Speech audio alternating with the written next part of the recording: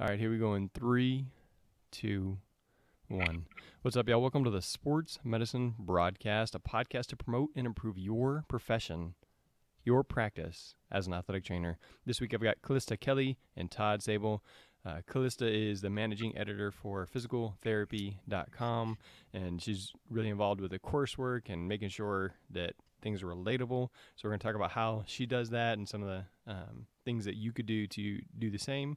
And then Todd is like Instagram famous. He's got some really good stuff on Instagram, and so it's really cool just to see all the stuff that he does and knowing what it takes for me to create a podcast. Just seeing how much that just curious about how long it takes to create one of those posts that has, you know, the pictures and the words and things lined up and those swipe right to see this or whatever it is, right? So that's not something I'm very good at, but that's why I've got Todd here to kind of talk to us about that. So I am the host, Jeremy Jackson, and this one is sportsmedicinebroadcast.com/creating content. Again, you can always catch the live stream on Facebook. So if you go to facebook.com/sportsmedicinebroadcast or sportsmedicinebroadcast.com/Facebook, you can like subscribe or like or follow. I still don't know which button does what, but one of them will tell you, hey, Sports Medicine Broadcast is going live, and you can catch this. So since we're talking about creating sports medicine content, I actually had the opportunity to have like this episode kind of like sponsored by Blueberry, and so they're the ones that do the hosting for the podcast. So I'm gonna just talk about them real quick, right? So I chose to use Blueberry a long time before. There we go. So I switched on the presentation. So I chose to use Blueberry a while before I actually started paying for it. So they have a free thing. So my website is built on WordPress. And so if you're building websites and you have an idea of what I'm talking about, if you have no idea, then WordPress is a really simple, like a drag and drop thing. And Blueberry integrates with that fully. So it's really, really easy to use, to add in, to set up. But you don't have to have a WordPress site to use Blueberry podcasting, but you can, and it works really easy. So for my site, again, it was a WordPress site already, and then I started using Blueberry, the free PowerPress, and then I began using the advanced stats. So if you're, you know, just looking at the stats, if you're looking at the Facebook Live, you know, I've taken some screenshots there. So it's talking about,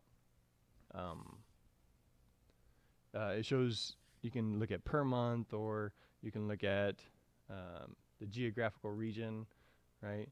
So you can look at the media uploads. So one of the cool things is, like I went to Trinity University, did the workshop there, and then I had 6 or 8 podcasts that I needed to upload.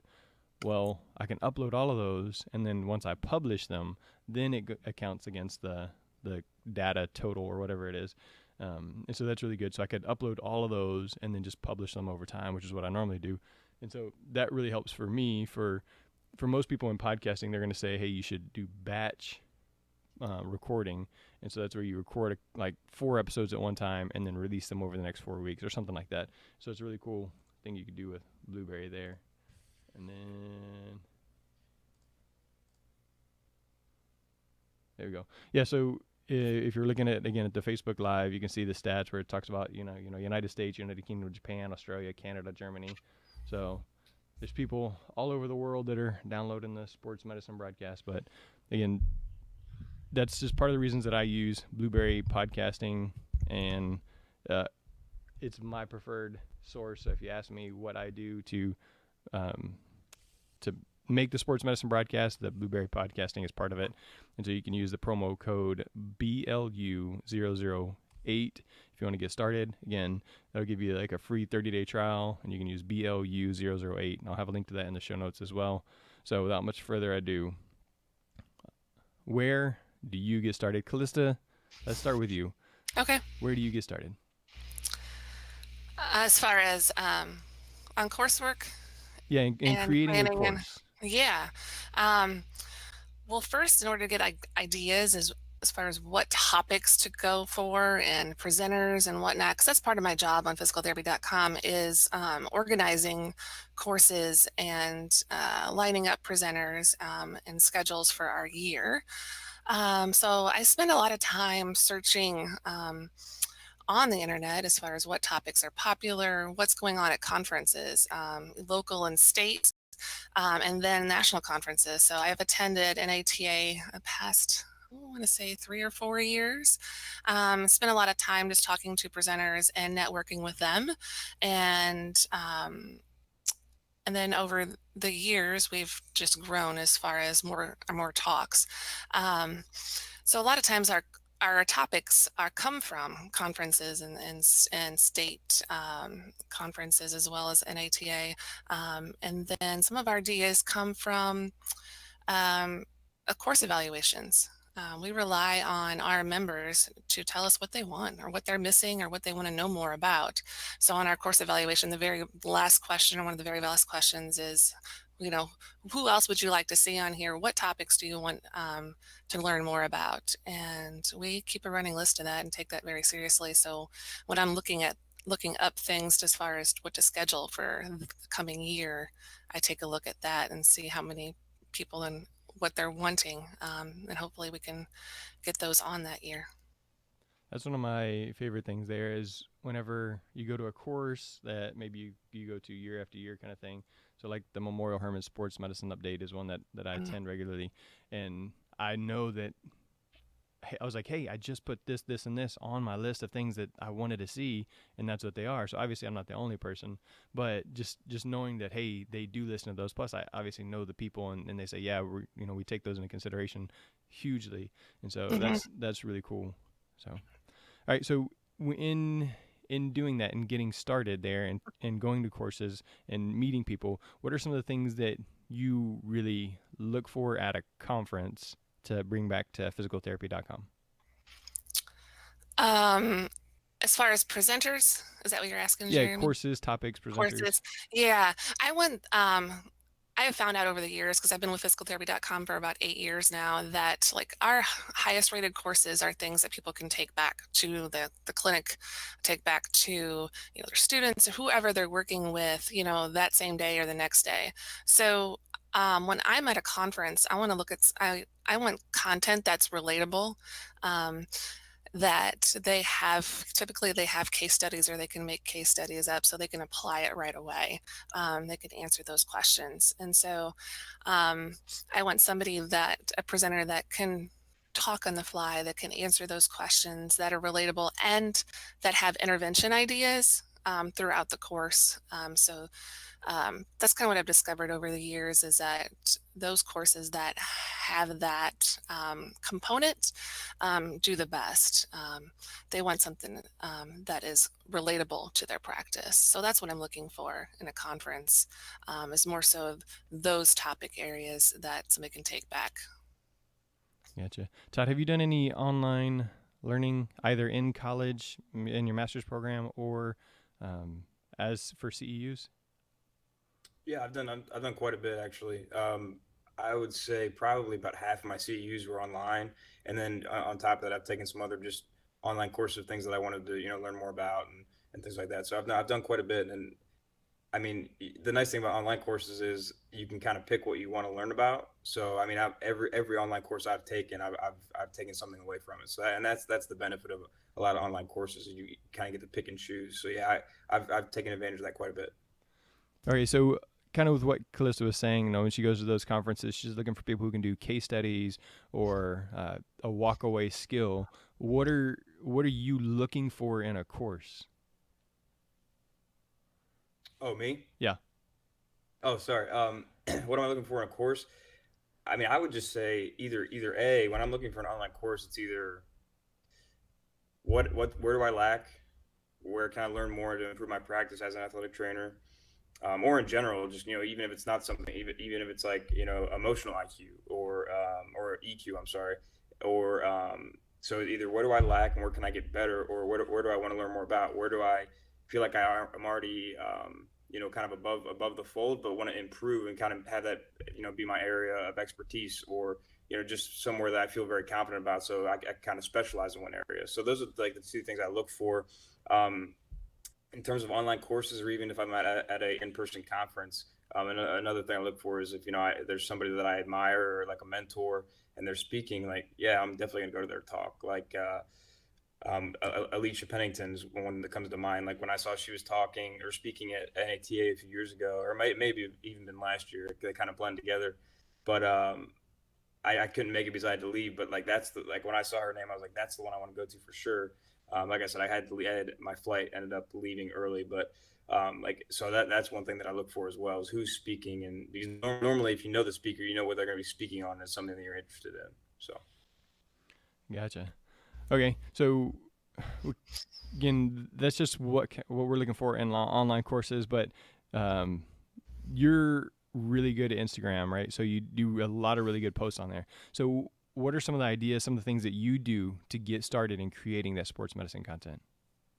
well, the first thing is, and I mean, it's a lot of the stuff is kind of common sense, and I like the kind of the dichotomy between what Kalista does and what I do because I really have free reign because it's my Instagram and I you know I don't have to vet anything. The biggest thing getting started is just posting.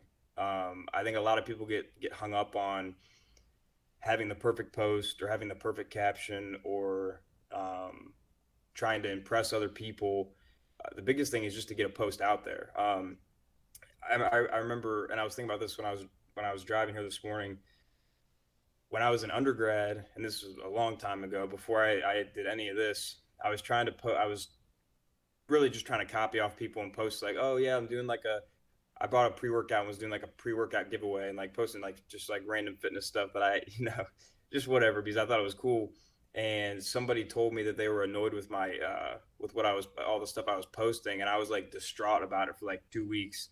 They were like, I had to unfollow you, Tyler, because it was so annoying. And I was like distraught, so fast forward, if you're posting about something you're passionate about, who it doesn't matter what other people think because if you have the right intentions behind what you're posting, if it's to help other people and then you're having fun doing it, then you just got to start. The quote that I always come back to, and I posted this a long time ago is, and this is more for me than for Kalista's content, but it's better to suck and be seen than not be seen at all. Because if you get something out there, it probably is going to suck at the beginning. I look back on some of my old videos and they're like I cringe when I watch them, but you improve over time. So just starting, just getting that first post out there, can kind of turn it, have that snowball effect, and you can just learn and grow from there.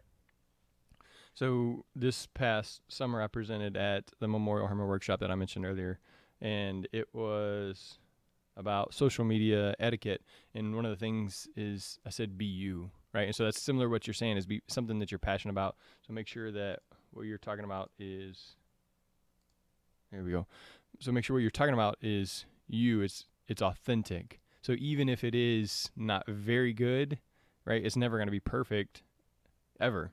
Even after you've done it 100 times, it's never going to be perfect. And so just make sure it's authentic and, like Todd said, something you're passionate about, something you desire. So like Calista was saying, something that she wants to learn more about and bringing to the physical therapy aspect is the way that at NATA there's like learning labs. So there's hands-on skills, you're up and moving, you're doing things rather than just sitting and getting. And so that's really cool that she's coming to our national workshop and learning things to take back to her profession as a physical therapist as well. All right, so on that same aspect of not being perfect, Calista, tell me a little bit about some of the things that you think through or process, or some of the things that keep you from creating or posting. Are you talking about social media, Jeremy? Either social media or like on courses. Again, kind of like what's holding you back or what may be holding you back in the beginning. Oh, wow. That's a tough question. In the beginning, we tried because physical therapy is such a broad practice. I mean, head to toe, all ages, and AT is, the practice scope has gotten a lot larger, as you could probably agree too, over the years. So when we started and having, I want to say 50 or 60 courses that first year, I'm not sure exactly because it's been so long ago, it was really hard to determine what courses to do over other courses. what's best? Do I do more orthopedic courses? Do I do more sports courses? But then do I need but I also should include some geriatric courses, acute care courses. And so that was probably the hardest part, is probably determining the calendar and not leaving out some folks as far as where they practice at. Um, and gradually building up over the years. And so now that we're in year 8, because I started with the company, we're starting to really get courses in those niche areas where people can't, or they have a really hard time traveling or going somewhere, but they still want to learn about those areas. For instance, we have a course on facial rehab, so people that have Bell's palsy and whatnot, and what you can do to help that out. And that's one of those niche practices, but you will get patient referrals, or you will go see those patients that have that, or wound care and in athletes. You'll see that, but you don't necessarily see courses in that very often. Just certain things.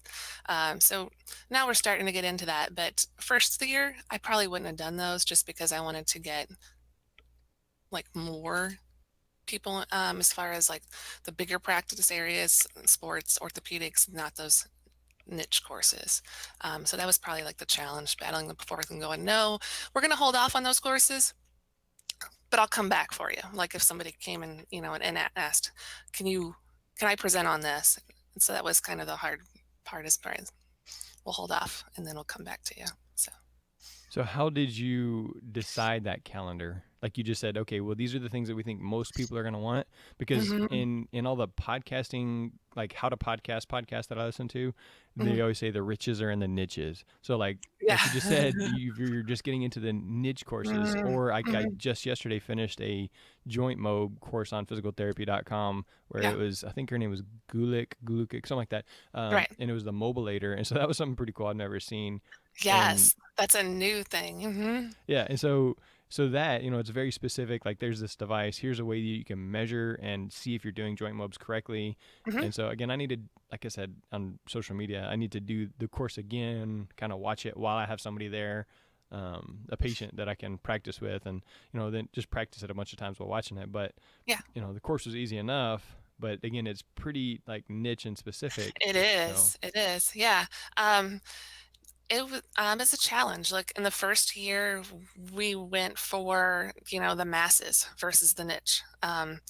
And we've gradually kind of changed that because of what you just said. But that first year, I was going through. The APTA has different sections. So we have a section on acute care, a section on geriatrics.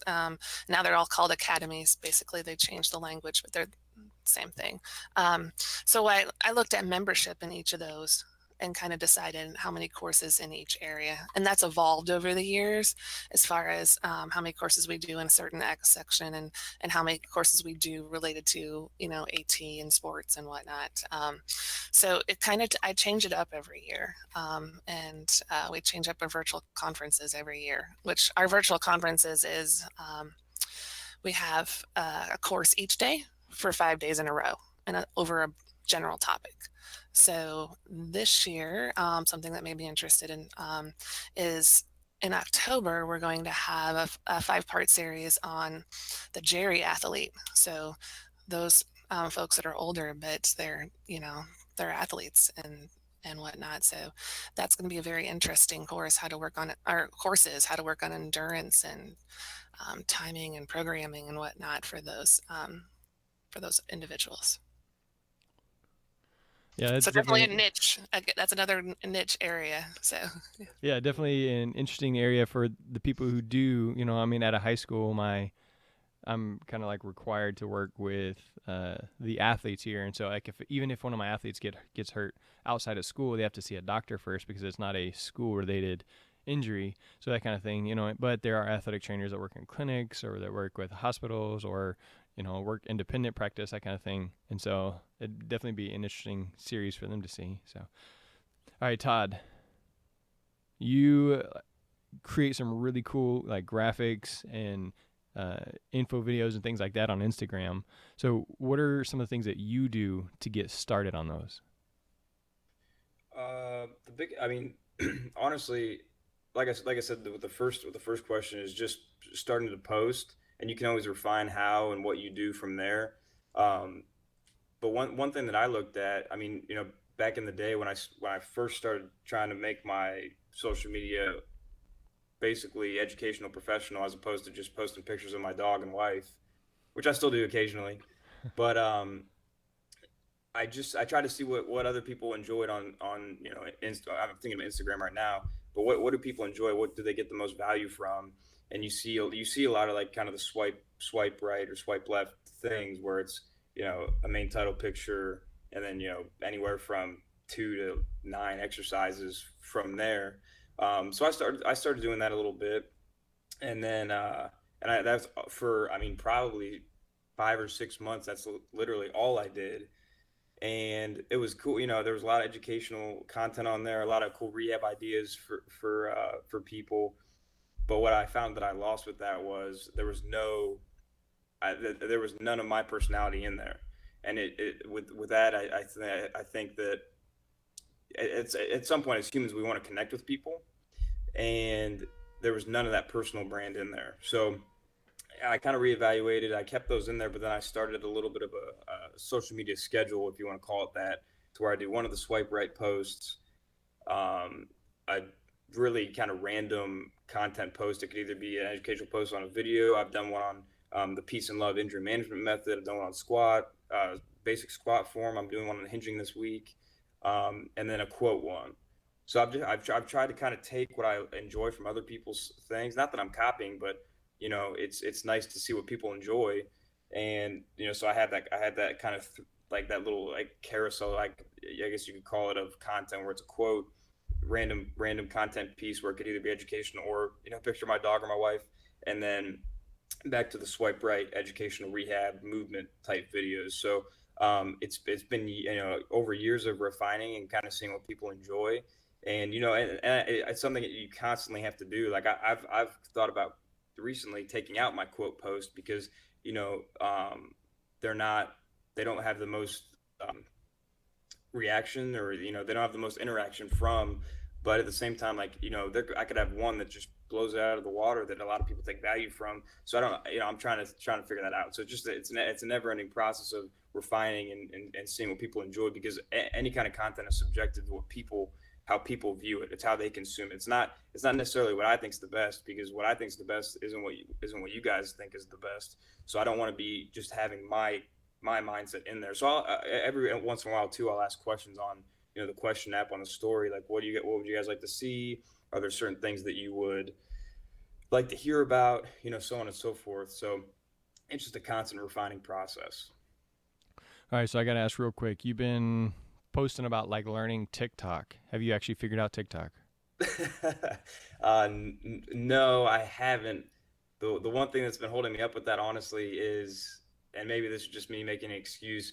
I keep I want to use the front camera so I can kind of see what I'm doing, because it's easier to use, like a lot of them you'll see like people pointing things and they're like putting text out there, and my front screen was cracked, so I got a new screen cover, and then I cracked that one. So like it's like there's this huge glare across the whole screen. So I haven't done that yet. Um, but there's a few like physical therapists who do a really great job on there.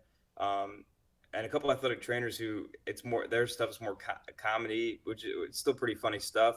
But I want to still use that as an educational piece. So I'm still trying to fit in how I can do a 6 or 7 exercise video in 15 seconds, because they have a minute time frame on there. But how many people on TikTok are consuming a minute long video unless it's like really, really, really interesting, or really connects with you?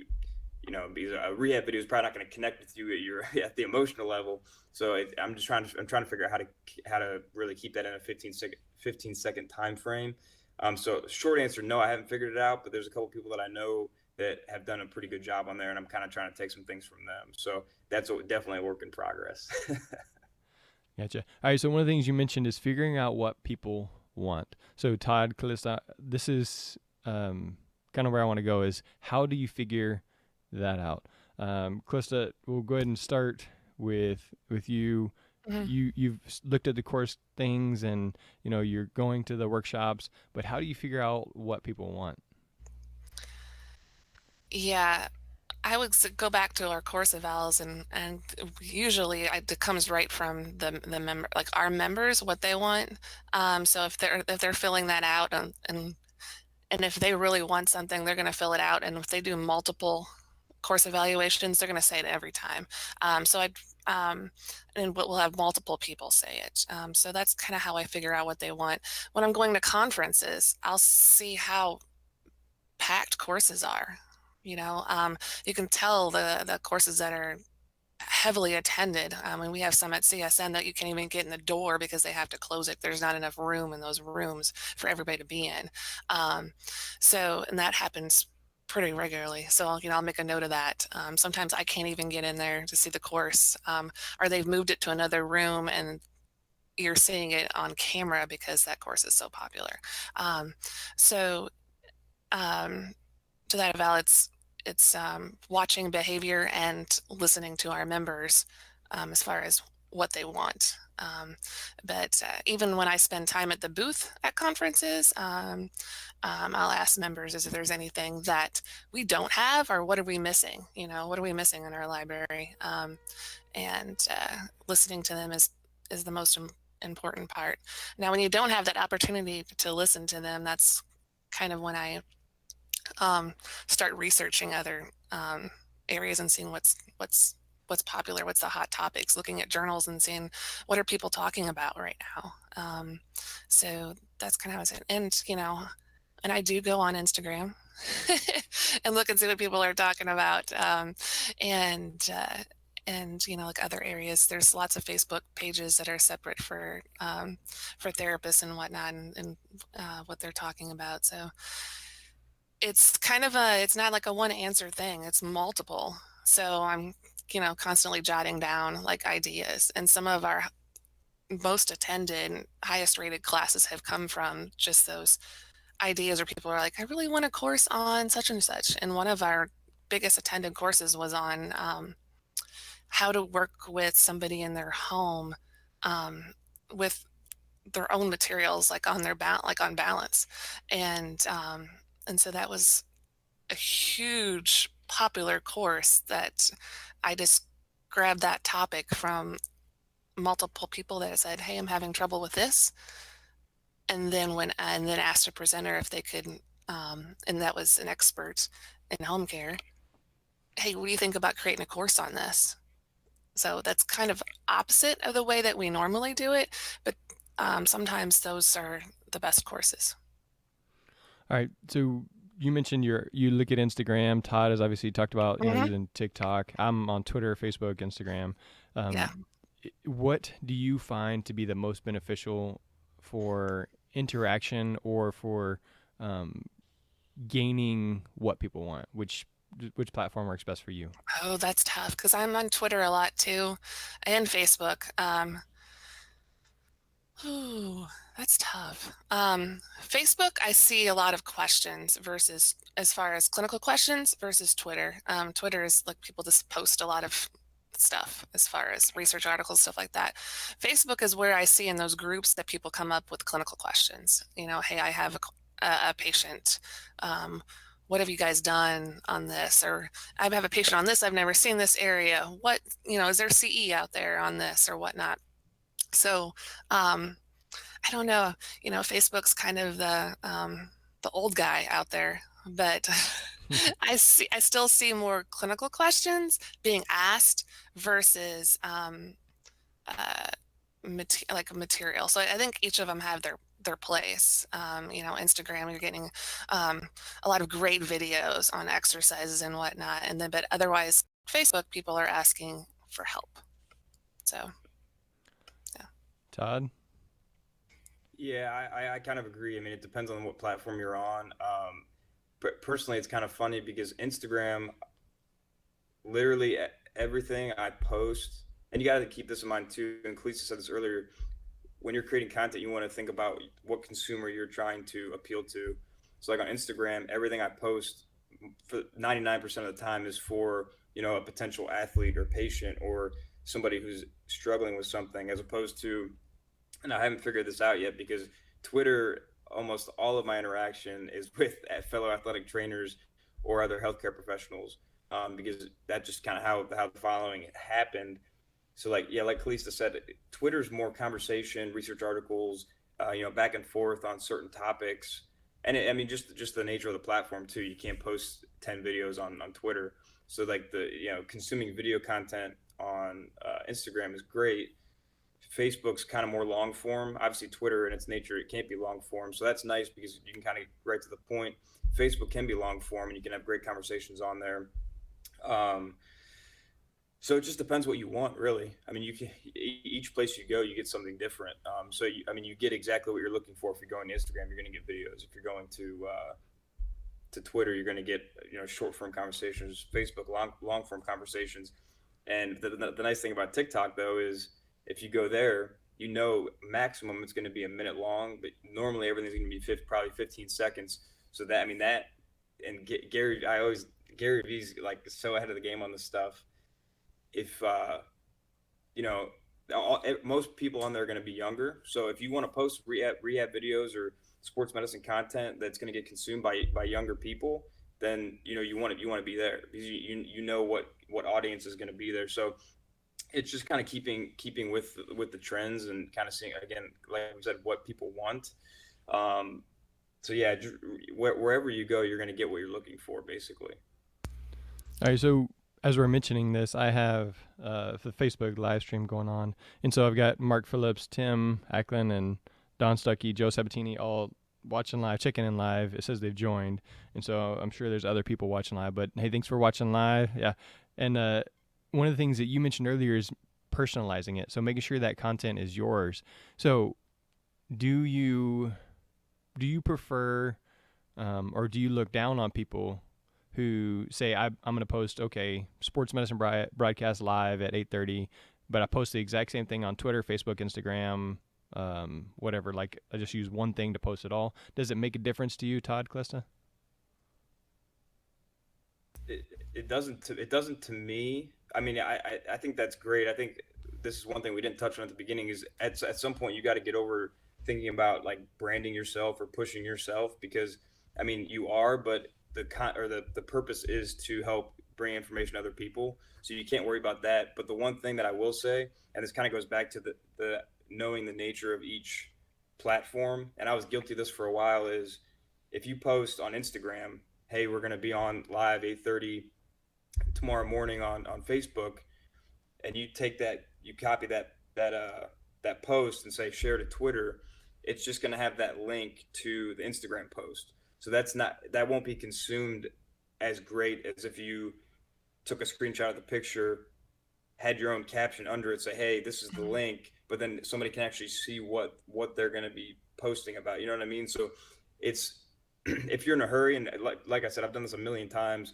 if you want to just kind of copy and paste from platform to platform, that's, I would say, better than nothing, but it's probably not going to get consumed the greatest, because you need to have, basically, I mean, you can recycle the same post. Like I've done that where I post something on Instagram, I tweak it to Twitter. Like if I post a 10 video rehab thing on Instagram, I could condense those 10 clips into one video with one of the editing apps. Then I could put that on Twitter, and then I could put that on LinkedIn, and then I can even put just a picture on Snapchat or something, so it's consumed the way it should be consumed on each platform. So I mean, I don't look down on anybody for that at all, because it takes a lot of time. But if you want it to be consumed the right way, then that time is worth it.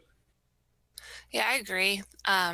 Because I mean, basically everybody's busy. I mean, we're all working with with clients. So nobody has the ability to be on all the platforms. So I mean, I think it's best to post on all of them, and if they see it twice, they see it twice. But that's all we learn. Like if you're posting an awesome video, if they see it twice, they're going to remember that more, or remember it better. Like they might see something they didn't see the first time. So I definitely agree that that I don't think it's that big of a deal if you post it more than once, as long as you're posting to the audience, like you said, change it up a little bit.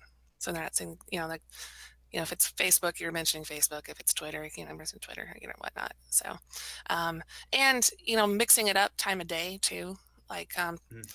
a lot of them have schedules. So if you're not posting, if you're not saying, I'm going to post this all at 3 o'clock, you might miss some people, especially with Facebook algorithms and whatnot. So, I'm going to post to Facebook at 10, Twitter at 2, kind of thing. So, um, you have a chance of reaching more people. Yeah, that's a good point. I'll piggyback off that real quick. If you post, like, if you share links or something, and that link is basically driven to draw attention away from Facebook or away from Instagram, that'll push you way down the algorithm, and more people will not see that. That's a great point. All right, so Tim actually watching live said, is there a preferred platform for reaching clients? Well, I would say Instagram. I mean, for if we're talking social media, I would say Instagram. Um, and I guess it also depends on your population or the demographic of people you're working with. I should preface that. From my population, like I'll say Instagram's the easiest one because I always give two examples real quick. Like if I know, you know, trying to think of an example. If I know I'm not going to see one of my high school athletes for 3 or 4 days, instead of it's Christmas break or so on and so forth, instead of me writing it down on a post-it note and giving it to them and say, hey, here you go, I'll show you these today, but you'll probably forget in 2 days.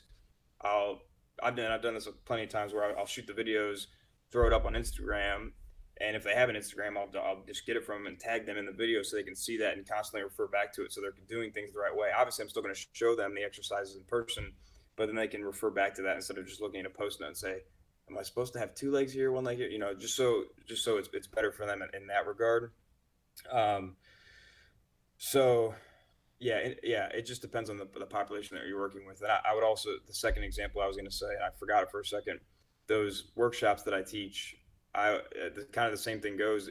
Coaches that I'll have at the workshops are always asking me, hey, my pitcher's elbow is sore. And obviously, the first response is, you need to go be evaluated by a healthcare professional because without seeing it or touching it, it's just not feasible. But they asked me for some general shoulder prehab or so on and so forth. So I'll do that as well. So you can kind of see it in real time. At the end of the day, it depends on what population or demographic you're working with. I definitely agree. Yeah. Definitely depends on what your population is. And then I would even say like age, Yeah. and comfortability. Because as in the new platforms come out, like TikTok, honestly, I haven't even been on there, but my kids talk about it. So, I'm more of like Instagram, Twitter, Facebook, but I definitely think it depends on the population you work with, the age group that you work with, know, know who you're treating. So, and then go after that. So Tim actually asked for private practice, and so again, like when I did my social media etiquette presentation, I recommend starting with one. So if you're on every platform, you're probably not doing all of them well, unless you have some sort of assistant. And so Tim, I would say find the one that you're most comfortable with, and then get really good at it. And then also, like Todd Anklis said, if your audience is junior high kids, then go to TikTok. Figure it out, right? If your audience is 35-year-olds, go to LinkedIn or Facebook, right? Yeah. So most likely that's where they're going to be. And, and if they're in the 18 to 20-ish range, they're probably Instagram or Snapchat, but Snapchat is more like private than public. So, again, those are, I would say, find your target audience, like Todd said earlier, kind of go where they are and then focus on getting that one really good, and then you can repurpose that same post throughout the day, like both of them just said. And if you don't know where your audience is, I mean, that could be something that you could, if you have an intake, like in private practice, you can put on there what social media do you use the most. Yeah. And then you can look at that over a few months and get a better idea. So this is an idea. All right, this is a question that actually Todd put in the show notes: is how do you create great content? How do you create great content? So Todd, since you put it in there, I'm gonna let you start, and then that way Cliff will have a chance to follow it up. So this is probably gonna sound kind of redundant because now that we've been through some of the show, I think we've hit on this quite a bit. But great content, like I said before, is not what I think it is. If I post something and I'm like, man, that's awesome, and it gets 20 views and one like, not that these likes don't mean anything, but if only 20 people view it, because whether it wasn't a great post or it got pushed down the algorithm because I didn't post it right, it doesn't matter what I think, because if it's not affecting people, if it's not providing value, then it's not a great post. So it just goes back to number one, like we said, figure out who your audience is, what they want to see, and then catering to that. And again, that could change from this week to next week. So it's just a never-ending process of figuring that out. But great content is completely in the eyes of the beholder. It's not what you think it is, because like I said, everybody's got different views of things. And if I post only things that I'm passionate about, sure, they'll be consumed by people who think the same way I do and like the same things I do, but you're not going to hit the broad audience. So it's just a constant refining process of and basically, like I said, seeing what's popular and then kind of putting your own little twist on it or spin on it. Okay, because that's just basically what it is. Like that's why I got my three sections of what I post right now: the quotes, the random post, and then the swipe right videos. And again, that could change next week, and it might change, because I might just do the quote every other cycle and have two random posts, so I can have one that's more personable to my life, and then one that's actually more sports medicine related. So I still have those in there, because I want people to be able to relate to me as a person, because I think that goes a long way, like we've been saying, and maybe we can touch on that here before the show ends. But great content is not what you think it is; it's what the people who are consuming it think it is. I agree. And then as far as great content for continuing education, everything needs to be cohesive for the course. So I think the best way, and this is my opinion, is to start off with your course objectives, which are now called learning outcomes. Like, it just depends, I think, on how old you are, and they've changed that up a little bit. But anyway, if you start with your learner outcomes, you want to know what you want the participants to take away from the course. Okay. And then those learner outcomes should be directly related to your time ordered agenda. So whatever you're covering in there, you should see those reflected in your agenda, reflected in your PowerPoint. So everything should be covered in your PowerPoint. And then more importantly, like the end of our courses, you have to take like a little bit of a quiz. So it's not to trick you up, but the point is that you're getting those points that were covered in the learner outcomes tied in with those quiz questions. So everything should be cohesive, and that kind of what makes a great course. Like, your learner outcomes shouldn't be something that you just thought of at the very end of the course, because they should be your building blocks for the rest of the course. And so I think sometimes people go back to that and they're like, oh, I'm going to pick this out of my PowerPoint and make this my learner outcome. And that's not really how it should work. They should be kind of like a building block, and everything should be cohesive together. So. Yeah, so kind of what we've gone through a couple of times is, start simple, just start putting things out there, figure out how it works, create a system, like Todd said, a schedule. The learner objective is kind of like your outline for what your course is going to be. And so again, just like you would do a rehab program, right? You're going to learn the exercises first in class, and then you're going to apply them again in your clinical setting, and then you're going to create the programs as a professional. So it's kind of just follows along the same normal path of random to order. So again, just start somewhere, start figuring it out, and go from there. Todd, one of the things you mentioned, and we talked about it, but I wanted to go back, is the making it yours, making it personal. Right. And so on your Instagram, there's times where you post wedding pictures or whatever, but it's still the same Instagram. And again, I think my favorite picture I've ever seen on Instagram is when you posted the picture of your wife on the couch. Right. So I think as you said, it was your grandma's couch. So I hope she doesn't get mad at us, but it is one of the funniest pictures, but it just, like, it's so relatable. Like, I showed that to my wife and we were just like, oh my gosh, you have a beautiful wife, but she wore a dress that was like the same pattern as his grandma's couch. And it was just, like, it's different than seeing the hip hinge. But so talk a little bit about that, making it personal. Yeah. I mean, funny, random, ironic things happen in everybody's lives. And sure, I could have the best sports medicine content out there, but if there's no personal, and this again, this isn't every time, but if I don't have any kind of personal connection with my audience, they may go somewhere else because they don't feel that as humans. And I've read a few books already this year that have like they have the stats behind it, but one of our main things as like an innate human want and need really is the need for human connection and human interaction. And if you're not appealing to that, it's just not it's not going to be as genuine. And I honestly, some of my favorite posts to put out there are things that can somehow tie into that other people can tie into. Like the couch. I mean, that one was hilarious. I'll post in the comments of this so people can see it.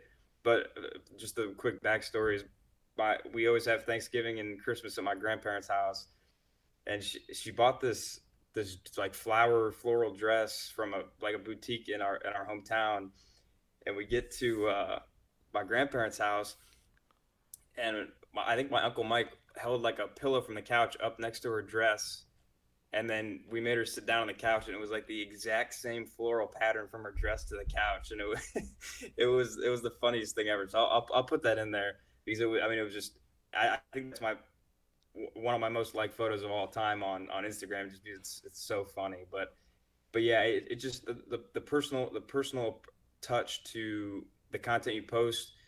Not that you're doing it for more likes, but it makes you be able to connect with other people on a deeper level. And when you're trying to build a brand, or whether it's personal brand or a business or a company, the more connection you can have with other people is it's not only going to make your business better. And if you're only doing it for that reason, that's not the right reason. It's because you can influence people at a deeper level and connect with them, because that's what it's all about. Hopefully, if you're doing things the right way, you want to make an impact on people's lives, and you want to connect with other people. So taking a vulnerable approach sometimes it may seem really hard because it's seen as being soft, but people connect with that because a lot of people are thinking and feeling the same way. But for men, we a lot of times we've been brought up, and not that I was brought up like this, but I just from seeing my environment and how other men acted, like I was like, I can't be vulnerable because it's seen as weakness and it's seen as soft, and I'll get made fun of.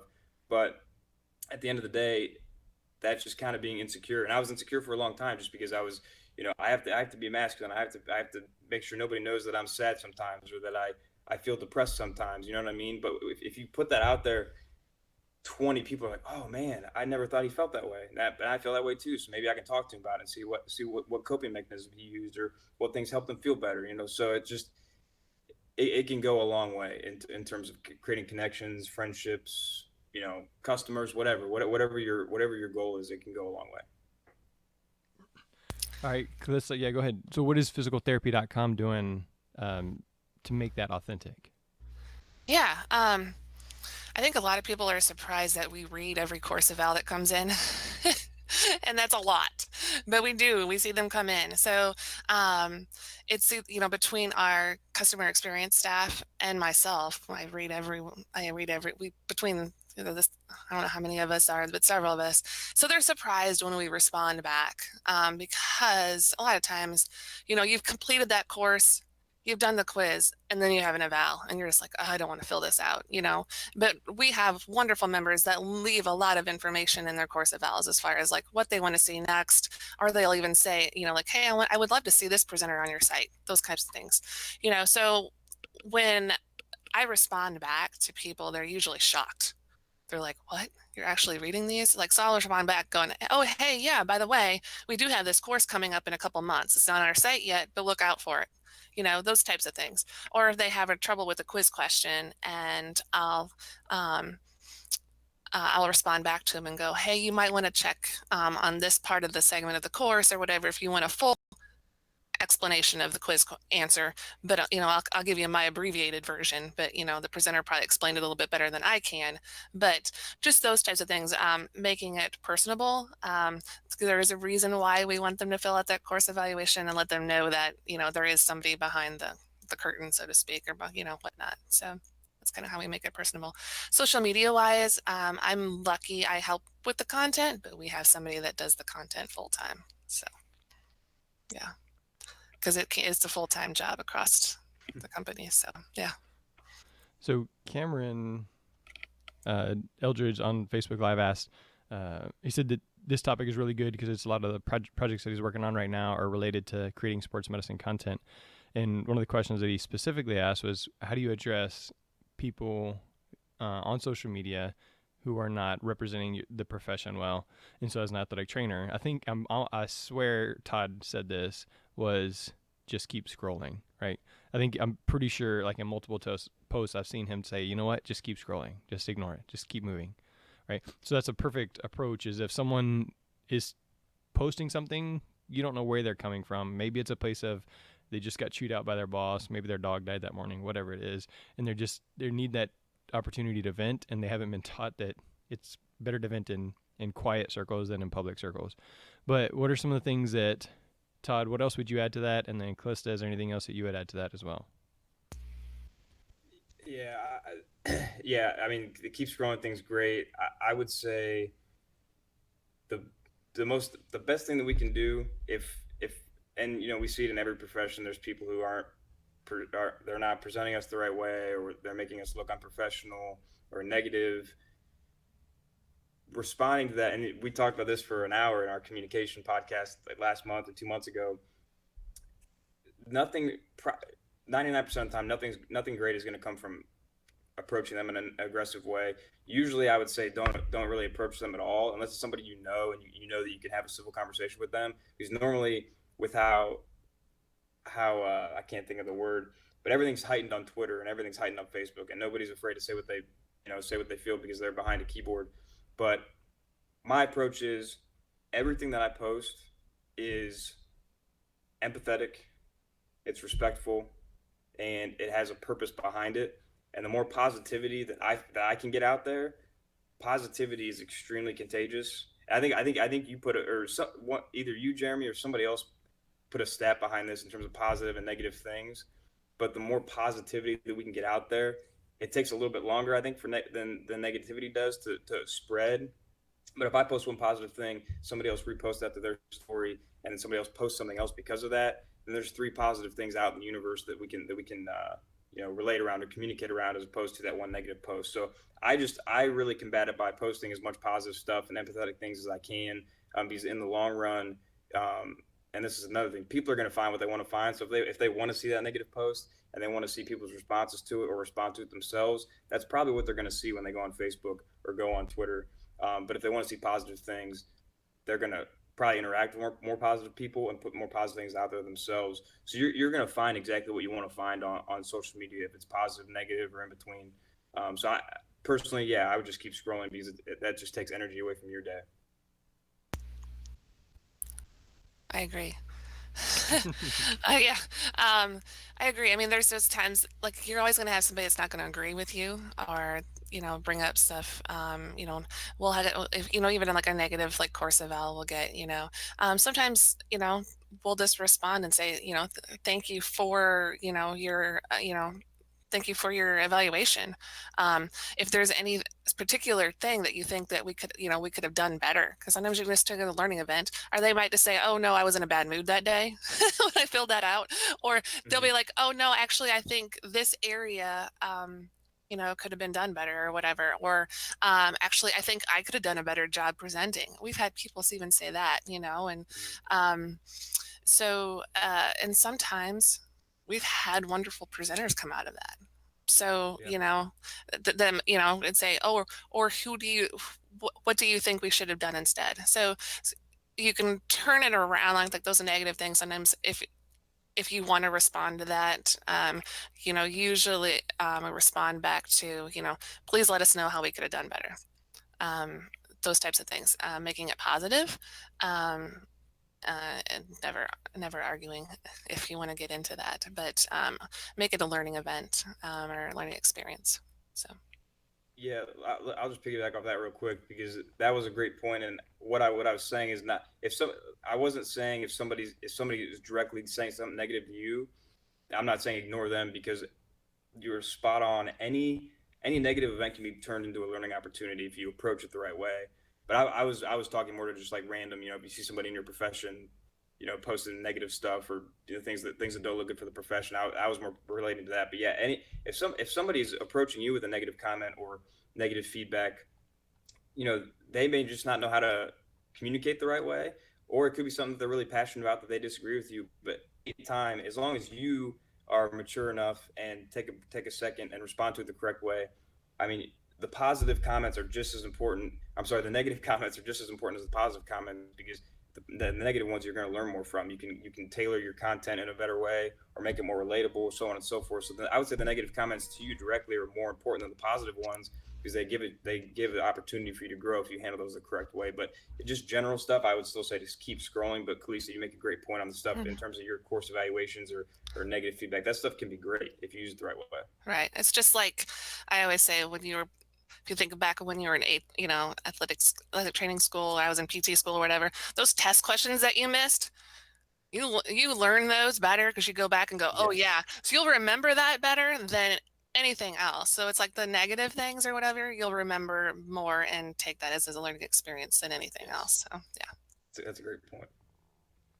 So we've been talking about creating sports medicine content, but you also both said you are spending time on social media or on other platforms consuming content. So what are some of the ways that you can maximize your digital learning time? And then, obviously that'll shape what you create. But what are some of the things, especially Calista being at physicaltherapy.com, where you guys are seeing the statistics on the videos and the comments and the course completions? What are some of the things to maximize that digital learning time?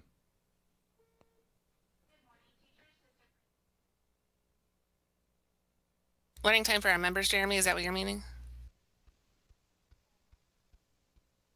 I think he's talking about. Oh yeah, I thought he was talking about like us personally, Oh, that's but initially I maybe for thought your. that too. Yeah. Yeah. Okay. Yeah. For me, when I'm researching and whatnot, I know sometimes I'll do that during my work day, but a lot of times I'll do that off, because it's also my personal learning. So, like I'll do that when I'm on the elliptical or treadmill working out or whatever. I'll have my phone, and I'll just be listening. Not always watching, but I'll be listening to different podcasts that are going on in the communities or whatnot, and see what people are talking about. Or like I'll have them in if I go to the grocery store. I don't do that very much anymore. But those types of things. I'm like a multitasker, big time. So that's how I maximize my time. If that's what Jeremy was asking. Todd?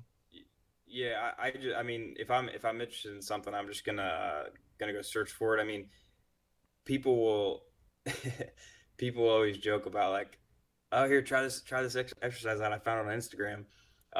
But some of the time and I'll preface this by saying, if I'm interested about a movement or a group of movements that I can progress a rehab with, or so on and so forth.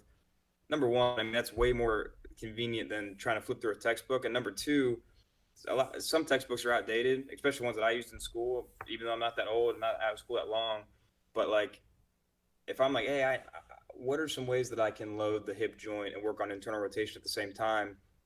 There's probably not a ton of specific exercises in a textbook for that. And I'm thinking of one guy off the top of my head that does a ton of hip and internal rotation work. So I'll go straight to his Instagram, but then I'll work on the exercise on my own first. I'm not just gonna, hey man, I saw this on Instagram today. Let's try this in rehab. Like I always try them out on myself first.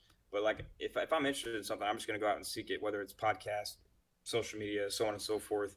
I mean, if you're interested in something nowadays with all the information out there, for you not to know it and you're interested about it, that's on you, because we have the information in our hands. You just got to go out and find it. And sometimes it's not even it's a little bit harder to find. It may take a little bit more work, but it's out there somewhere and you can find it. Even if you have to pay a little bit for it, it's if you're interested and it's going to help you and help your clients and patients, it's worth it. So Yeah, there's a wealth of information out there. I mean, I've one, I was in PT school and the internet was starting to be evolved. I've been around forever. But I feel like I'm the old person in here in the group.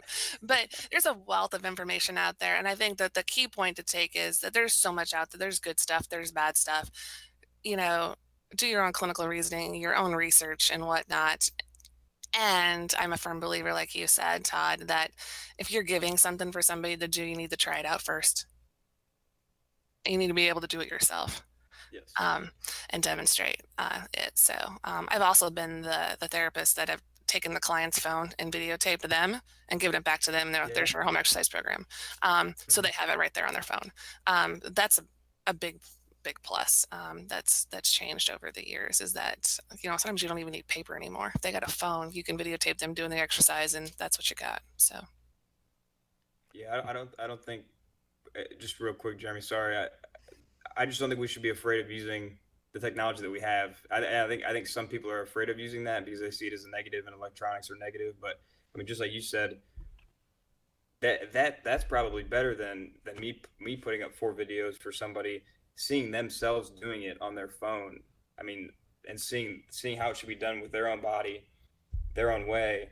Obviously, with you showing them how to do it. I mean, the learning there is just crazy. So I don't think anybody should be afraid to use it. Yeah, we just got to use it the right way. Make sure you're protecting personal information, not putting things out there that you shouldn't be. Obviously, that's common sense. But I mean, the tools that we have at our hands every day that we can use to help our patients improve is just awesome. Careful with that. The most uncommon thing is common sense. So, all right. So, True. Callista, what have you learned for for your students on physicaltherapy.com for them to maximize? What are some of the things that you have found or tips that you guys have put out for, hey, here's the way to get the most out of these courses? oh, hmm. I think to get the most out of it is picking what you want to learn about. I have a lot of people that sometimes just take a course because it's there. So, um, you know, really looking at what you want to learn and make your own like professional development plan. And I think that's kind of what we all should be doing instead of just going, oh, this course is here, so I'm going to take this right now. To maximize their learning, look over the learner outcomes, look over the agenda, and see if that really matches to what you want to learn about that day. If that course is not covering it, then look for a different course. So coming in with the expectations and of what you're going to learn is the best way to maximize your learning, I believe. So. And I think that kind of goes back to like it loops back to like everything we're saying. Like, so make sure it's relevant. You said find the course objectives, and Todd said 15-second TikTok videos, right? Because if you're not getting them in right away, then they're gonna spend an hour and be like, okay, well, I'm not coming back to physicaltherapy.com because I just spent 3 hours on courses that don't teach me anything. Well, it's because you chose courses poorly, right? So Mhm. make sure that course it's clear up front what it's about, or the post, make sure it's clear up front what it's about, like, Mhm. and go from there. So, Mhm. all right, I think that is all the questions I have. Do you guys have anything else that you want to add about creating sports medicine content? I do not. I think we covered it pretty well. I do too. I think the best thing is learning from one another. So networking and learning from each other because there's the internet has a wealth of information, but so do we. So whether you're a physical therapist or athletic trainer, we can learn from one another. Um, there's so many ways that we can learn as far as topics, videos, exercise, and whatever. I think that's the big thing is networking, because who's going to benefit? Our patients, our clients. So. Yeah, I definitely like the do-it-yourself first approach. And again, some people are like, "Well, you can't expect me to squat like that person." No, but if you can do it one time, if you can do it one time, and then you were talking about the videoing them on the phone and then handing it back to them, because you can actually like give the verbal cues, like, okay, make sure your toes are out, or put your knees out, or Yeah. bend at the hip, or stick your butt back, whatever it is. And so then they're like, "Oh, okay, okay, oh yeah, yeah, make sure I'm doing this." Like that they could Mhm. be watching themselves in the mirror on the phone, whatever it is.